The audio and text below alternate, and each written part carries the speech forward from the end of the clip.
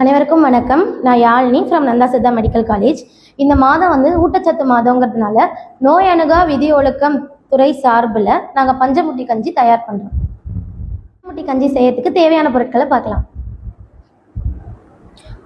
பச்சரிசி, பச்சைப்பயிறு, துவரம்பருப்பு, கடலைப்பருப்பு, கருப்புளுந்து. அனைத்து சரக்குகளையும் இளம் வறுப்பாக வறுத்து கொள்ளவும்.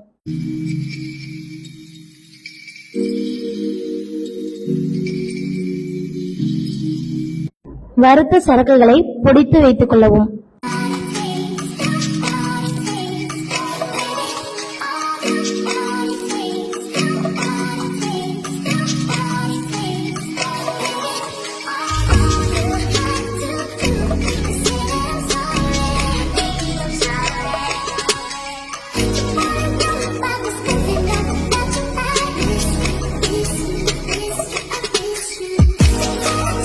தேவைப்படும் போது கஞ்சியாகவோ அல்லது வெல்லம் பாகு கலந்து உருண்டையாகவோ செய்து சாப்பிடலாம். பஞ்சமுட்டி கஞ்சியின் பயன்பாடுகள். பஞ்சமுட்டி கஞ்சின்றது protein and energy dense supplement.